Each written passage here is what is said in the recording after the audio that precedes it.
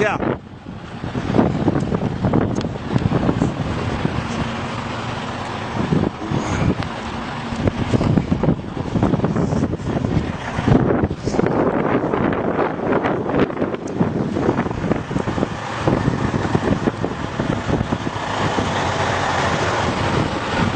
Goes all the way to Washington, D.C., huh?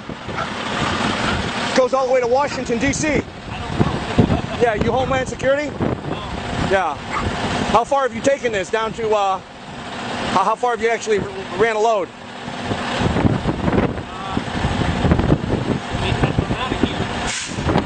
100 miles?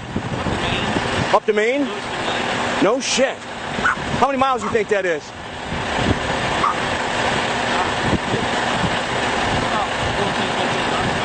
Man, that's unbelievable. Not to mention, I heard there's one that goes all the way to Colorado, right? Unbelievable. What do you think you're hauling? Any idea? Crap. Yeah, okay. Yeah. Crap makes all kinds of stuff. Yeah. You don't really know exactly. Yeah. I know there's been a lot of military stuff being hauled around lately, that's for sure, huh? Yeah, but not in, we deliver to military. Gotcha. Gotcha. Yeah. Yeah. Yeah. Well, I appreciate I heard that's water supply, food supply, everything's in there. Huh? Yeah, unbelievable. But you don't get no cell phone for service. No. Peace, brother.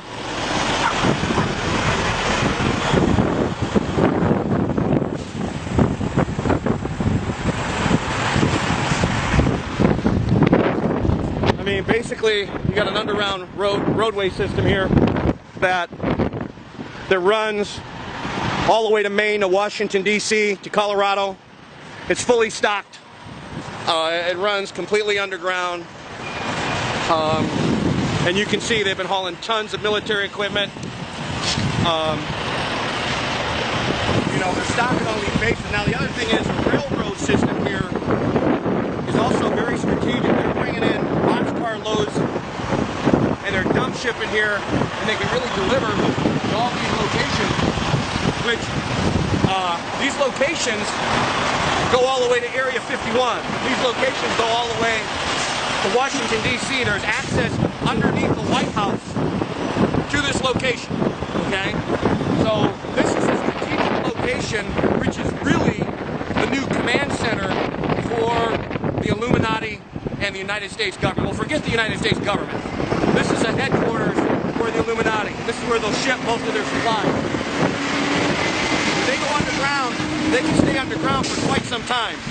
And this is stocked with food, water, everything they need. It's an underground city. So this is the north entrance, and we're going to go see if we can do some more digging.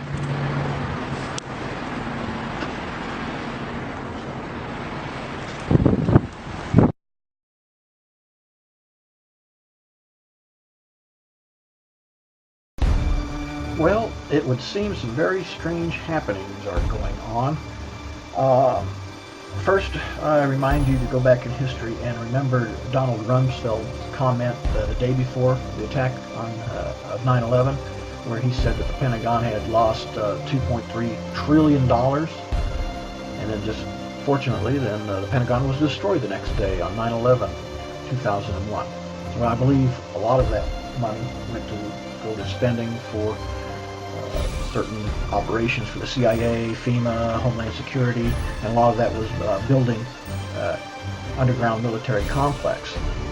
Fast forward to August of this year, if you remember that DC that happened, Virginia, Washington DC, and also in Colorado, there's evidence pointing to that not being an earthquake as much as it was probably a nuclear explosion done by the good guys, the Black Ops military, who found out about the evil plans of the globalists that were planning on killing off a huge percentage of the population and going and running and hiding in the military underground complex. So what they've done is cut off some escape routes during that time. And the reason I say it was probably nuclear as opposed to an earthquake is the seismograph showed that there were no primary waves associated with these two explosions.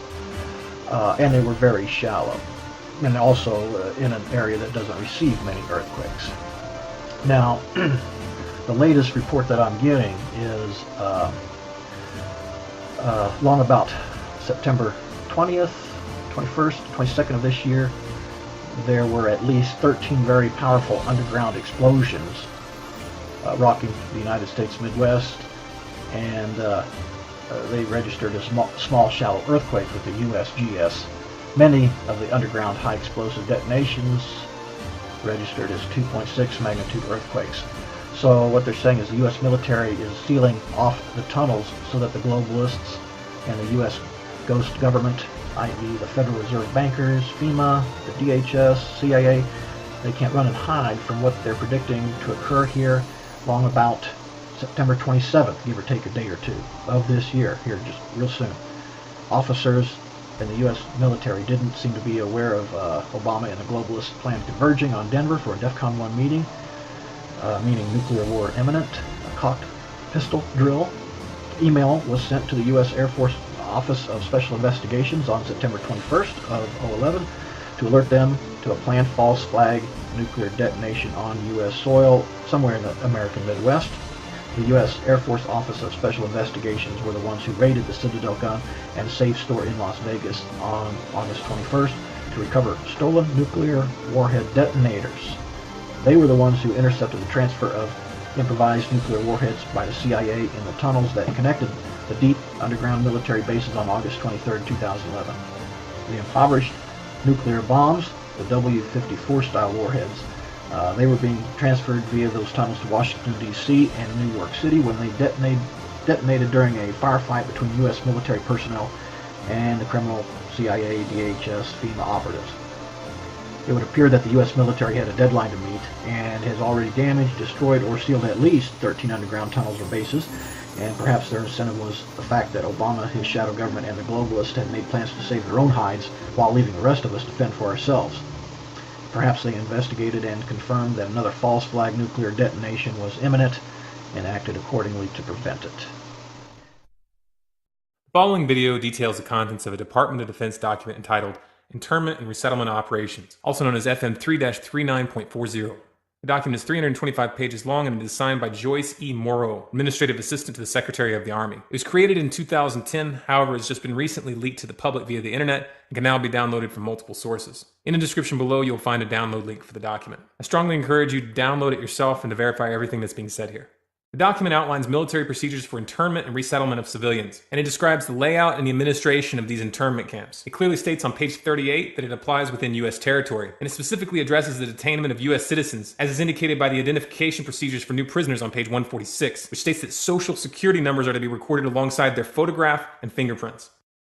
Included in the list of organizations which may be involved in these internment operations are the Department of Homeland Security, FEMA, the Department of Defense, and the United Nations. On page 56, the document outlines the responsibilities of psychological operations officers within the camps, among which it states that a PSYOP officer develops and executes indoctrination programs to reduce or remove antagonistic attitudes and identifies political activists. On page 281, the document goes into more detail regarding the role of psychological operations within the camp, specifically in regards to pacifying the population and ensuring cooperation.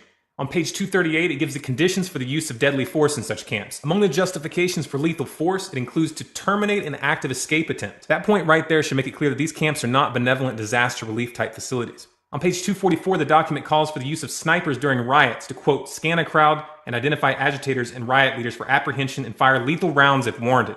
On page 260, it shows the basic layout for a facility focusing on detainment. It is depicted with interrogation areas, tribunal areas, and mortuaries. Each detainment facility is designed to hold 4,000 prisoners, and they are depicted with multiple levels of barbed wire separating compartments within the facilities, with a double barbed wire fence enclosing them, and watched over by 24 guard towers. On page 261, the document depicts the layout for what they call civilian resettlement facilities, which are designed to house 8,000 people. Though it uses the word resettlement, the plans show multiple levels of barbed wire dividing the sections of the facility, with double barbed wire fencing on the outside, as well as 16 guard towers. On page 262, the layout for facilities designed for what they call non-compliant prisoners is shown. These camps are designed to hold up to 300 prisoners, they have 3 interrogation centers, and are guarded by 13 guard towers. Now, if there's any question whether these plans are active or just theoretical, this should be settled by the fact that the U.S. Army has been running ads for job positions in these camps since 2009, and apparently, they're still hiring. Once again, if you look in the description, you'll find all the links you need to verify this information. It's important to note here that this document was created in 2010, which was under the Obama administration. And it predates the NDAA of 2012, which authorized military detainment of U.S. citizens. This clearly shows a long-term agenda at work. If you believe that this is important information for people to know about, then please share this video with as many people as you can. Share it on Facebook and on Twitter. Send it in emails to friends and family. Especially send it to anyone you know within the police and military. A smart strategy would be to download the PDF yourself and email it to people as an attachment with a link to this video so that they know how to navigate the document. If you want more content like this, be sure to subscribe to this channel, Stormclouds Gathering, on YouTube. For bonus content, follow us on Facebook, facebook.com/Stormclouds Gathering, on Twitter at Collapse Updates, and our website, stormcloudsgathering.com.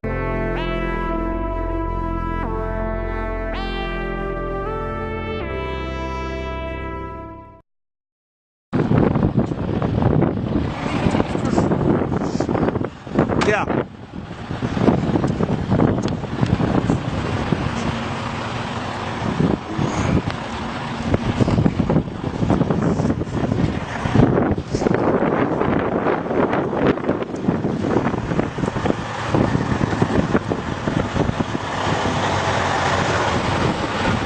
Goes all the way to Washington, D.C., huh?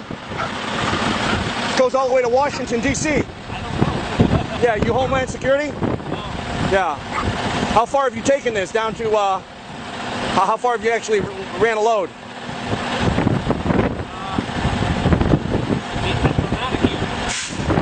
100 miles? Up to Maine?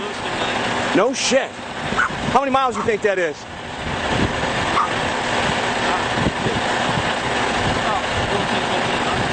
Man, that's unbelievable. Not to mention, I heard there's one that goes all the way to Colorado, right? Unbelievable. What do you think you're hauling? Any idea? Crap. Yeah, okay. Yeah. Crap makes all kinds of stuff. Yeah. You don't really know. Yeah. I know there's been a lot of military stuff being hauled around lately, that's for sure, huh? Yeah, we deliver to military.